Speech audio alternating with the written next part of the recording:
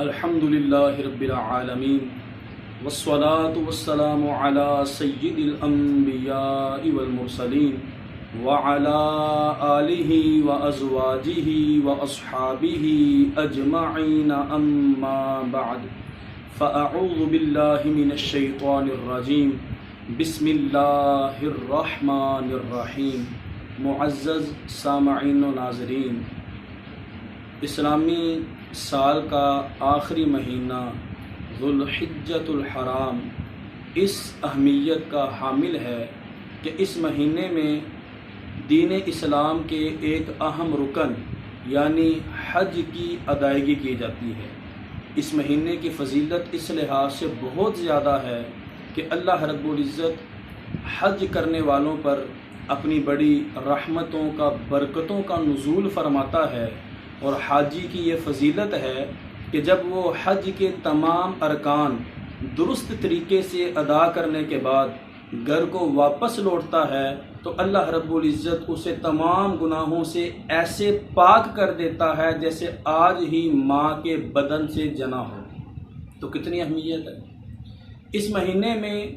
اور بھی چند مسائل ہیں جن کی طرف مسلمانوں کی توجہ ہونا ضروری ہے۔ ان میں سے ایک مسئلہ ہے کہ اس مہینے میں جو لوگ حج کرنے کی سعادت تو حاصل نہیں کرتے لیکن اپنے اپنے مقامات پر رہ کر قربانی کرنے کی نیت کرتے ہیں، ان کے لیے ایک مسئلہ ہوتا ہے ناخن کاٹنے یا کٹوانے یا جسم کے بال کاٹنے یا کٹوانے کے حوالے سے۔ تو اس لحاظ سے کچھ گزارشات میں آپ احباب کی خدمت میں پیش کرنا چاہتا ہوں۔ حدیث پاک کا مفہوم ہے،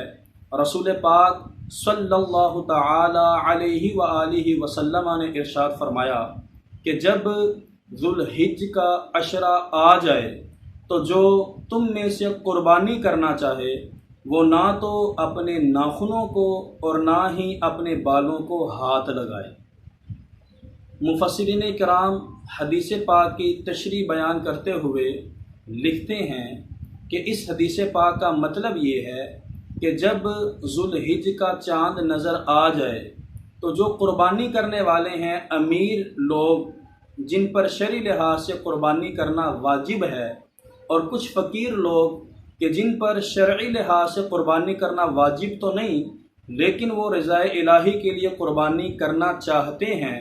تو اتنی دیر تک وہ اپنے بال اور اپنے ناخن اور اپنے جسم کی کوئی بھی مردہ خال نہ کاٹیں جب تک کہ وہ قربانی نہ کر دیں۔ اس کی فضیلت اور اس کی اہمیت کیا ہے؟ فضیلت اور اہمیت اور شرف یہ ہے چونکہ اس مہینے میں سب سے افضل جو کام کیا جاتا ہے وہ حج کی ادائیگی ہے، اور حج کی ادائیگی کرنے والے حاجی کی بڑی اہمیت ہے۔ تو جو اپنے اپنے مقام پر رہ کر ناخن نہیں کاٹتا نہ کٹواتا ہے، بال نہیں کاٹتا نہ کٹواتا ہے، اور نہ اپنے جسم کی کوئی مردہ خال کاٹتا ہے نہ کٹواتا ہے، تو فضیلت یہ ہے کہ اسے حاجیوں کی سی مشابہت حاصل ہو جائے گی۔ چونکہ جو حج کرنے والے ہیں ان کے لیے باقاعدہ یہ حکم ہوتا ہے کہ نہ آپ نے ناخن کاٹنے ہیں نہ جسم کا کوئی بال اکھاڑنا ہے۔ تو اس طرح یہاں پر اپنے اپنے مقام پر رہنے والوں کو، قربانی کرنے والوں کو حاجیوں کی سی مشابہت دینے کے لیے حضور علیہ الصلوۃ نے اس حکم کو جاری فرمایا۔ اس کے چند اور مسائل آپ احباب کی خدمت میں پیش کرتا ہوں کہ یہ جو حکم دیا جا رہا ہے کہ جب ذوالحج کا چاند نظر آ جائے تو قربانی کرنے والے افراد جب تک قربانی نہ کریں اتنی دیر تک نہ ناخن کاٹیں نہ جسم کا کوئی بال کاٹیں۔ تو یہ حکم مستحب حکم ہے، یہ فرض نہیں ہے،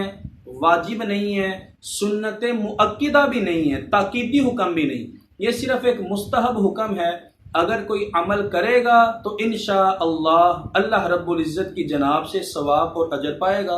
اور حاجیوں کی اسی مشابہت کی فضیلت اسے حاصل ہوگی۔ اگر کوئی شخص ناخن کاٹ لے یا بال کٹوا لے تو چونکہ یہ ایک مستحب حکم پر اس نے عمل نہیں کیا تو وہ بالکل گناہ گار نہیں ہوگا۔ اور اگر کوئی قربانی کرنے والا شخص بھی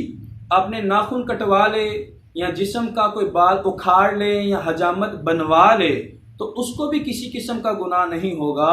اور قربانی میں بھی کسی قسم کا خلل واقع نہیں ہوگا، قربانی بھی بالکل درست ہو جائے گی اور قربانی کی تمام تر فضیلت اور تمام تر اجر اور ثواب اس شخص کو حاصل ہوگا۔ چونکہ یہ ایک مستحب حکم ہے، فرض یا واجب نہیں ہے کہ بندے لازمی اس پر عمل کریں۔ بہتر یہ ہے کہ ناخن اور بال نہ کاٹے جائیں، نہ کٹوائے جائیں۔ اس پر ایک اور مسئلہ آخری آپ احباب کی خدمت میں پیش کرتا ہوں، وہ یہ کہ شریعت مطہرہ نے 40 دن تک کی مدت بیان کی کہ ناخن نہ کاٹے جائیں، یا جسم کے جو غیر ضروری بال ہیں جن کو شریعت نے بیان کیا کہ ہٹانا ضروری ہے، تو ان کی مدت 40 دن تک بیان کی ہے کہ 40 دن کے اندر اگر کاٹ لیں تو ٹھیک، 40ویں دن سے 41واں دن نہیں ہونا چاہیے۔ جسم کے جو غیر ضروری بال ہیں ان کے کاٹنے کا بھی 41واں دن داخل نہ ہو، اور اگر آپ کے ہاتھوں کے اور پیروں کے جو ناخن ہیں ان پر بھی 41واں دن داخل نہیں ہونا چاہیے۔ اب مسئلہ کیا ہے کہ اگر کسی شخص نے قربانی کرنی ہے اور ابھی قربانی کے دن دور ہے، مثال کے طور پر یوں لگا لیں کہ 5 ذوالحج ہے، لیکن اس کا آج ناخن کاٹنے کا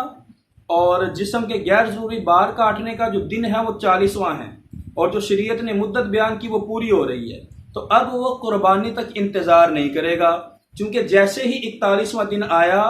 پیروں کے یا ہاتھوں کے ناخن نہ کاٹے اور 41واں دن آ گیا، جسم کے غیر ضروری بال نہ کاٹے اور 41واں دن آ گیا، اور بندہ مستحب پر عمل کرنے کی طرف جائے اور یہ والے ناخن نہ کاٹے اور جسم کے غیر ضروری بال نہ کاٹے، تو وہ بندہ حرام کا مرتکب ہوگا، وہ ایک حرام کام کرے گا